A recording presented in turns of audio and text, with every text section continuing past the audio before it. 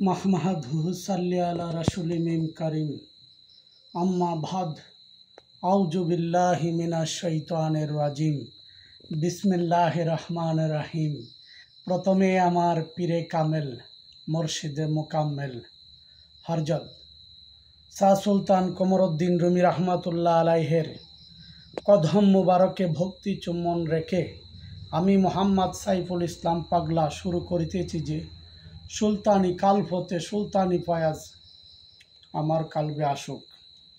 या आली मुश्किल कुशा, या आली मुश्किल कुशा, या आली हैदार, या आली जुल्फिकार आली आला सलाम वाजुहु मा फातेमा हासान हुसैन पांजातनेर शाहनशाही दरबारे जानाई लाखो कोटी सेजदा।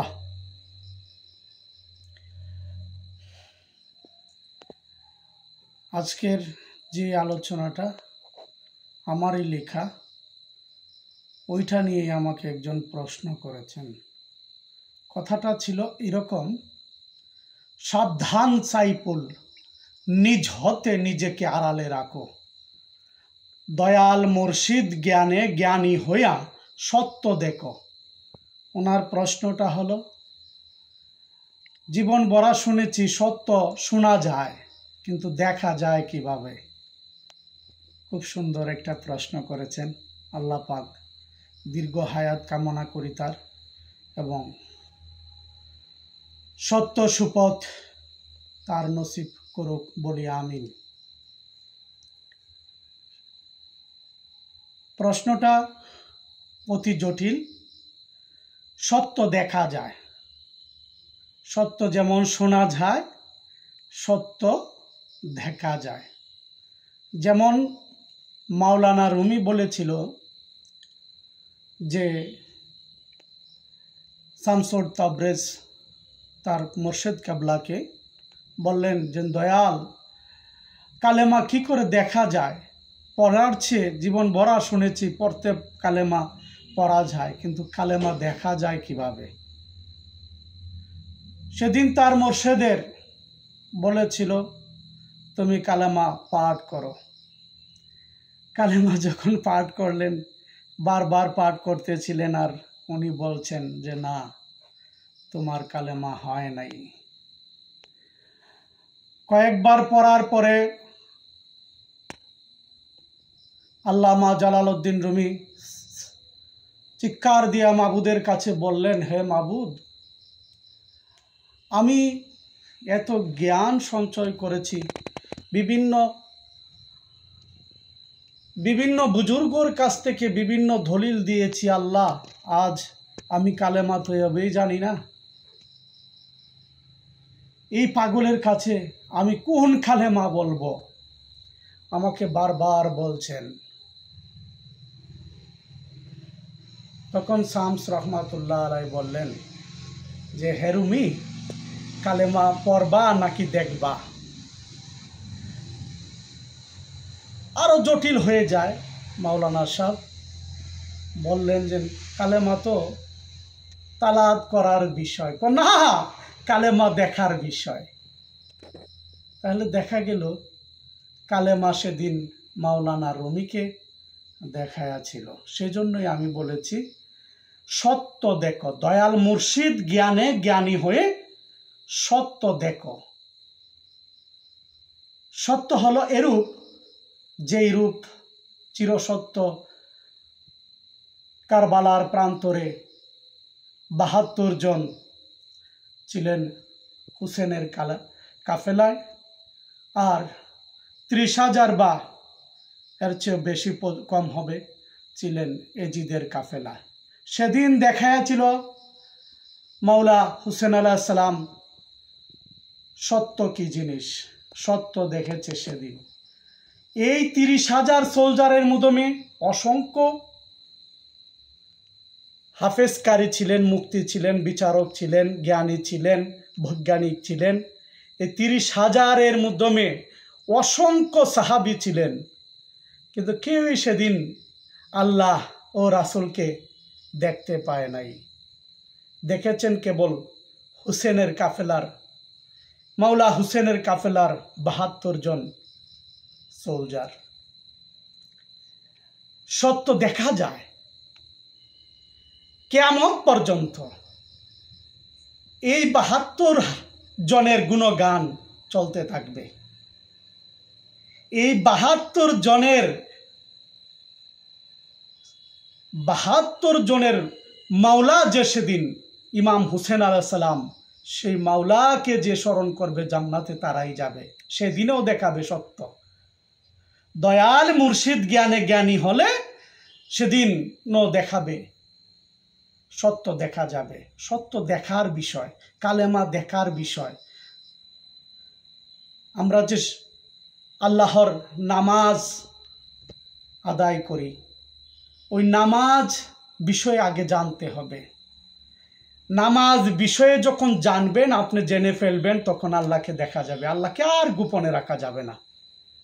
না সালাদ বিষয়, দাইমুম বারবার বলেছেন,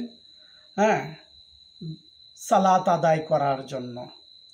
সেই সালাদ যেদিন দেখে ফেলবেন, সেদিন আল্লাহকে আর গোপনে রাখা যাবে না। আগে নামাজ বিষয়ে জানতে হবে, সেদিন আল্লাহ প্রকাশ হয়ে যাবে। আল্লাহ রাব্বুল আলামিন সামনে থাকবে। আল্লাহর কদম মুবারকে সেজদা করা, আল্লাহ ছাড়া কাউকে সেজদা করা যায় না। আল্লাহ ছাড়া সেজদা করা যায় না। সেদিন আল্লাহ প্রকাশ হয়ে যাবে। আগে নামাজ বিষয়ে জানতে হবে, এইটাও দেখার বিষয়। আমাদের আজকের যেই আপনার জিজ্ঞাসা, সেই জিজ্ঞাসা অনুসারে অতি সুন্দর সত্য দেখা যায়। রাসূল পাক সাল্লাল্লাহু আলাইহি ওয়াসাল্লামের সত্য দেখাইয়া গেছেন। সৎ পথে চলার যুক্তি দিয়েছেন।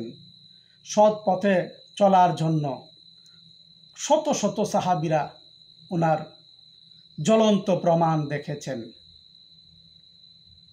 সত্য এই যে আল্লাহর রাসূল দুনিয়ার থেকে আল্লাহর জাতের লয়ের সাথে মিশে যাবে, সেদিন অসংখ্য সাহাবী ওনার সামনে ছিল না। যারা ছিল তারাই কেবল সত্য দেখেছে, আর যারা ছিল না তারা সত্য দেখে নাই। যারা সত্য দেখে নাই তাদের কথা নিয়ে বড়াই করলে চলবে না। এখানে যারা ছিল সংখ্যায় খুব কম। সেদিন ছিল মাত্র 18 বা 25 জনের ভিতরে, 18 জন অথবা 25 জনের ভিতরে আল্লাহ রাসূলকে 3 রাত 3 দিন পরে ওনার রওজা মুবারকে রাখা হয়েছে। ওই 18 জন বা 25 জনের ভিতরে যে যারা কয়জন ছিল, তারা সত্য সেদিন দেখেছে। কে সত্য আর কে মিথ্যা আরো দেখেছে।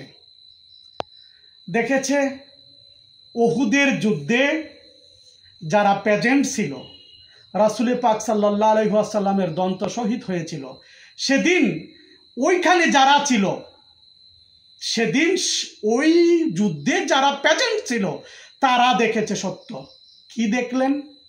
যে আল্লাহর রাসূলের কত কাছের সাহাবীরা আল্লাহর রাসূলকে রেখে দৌড় মেরেছে।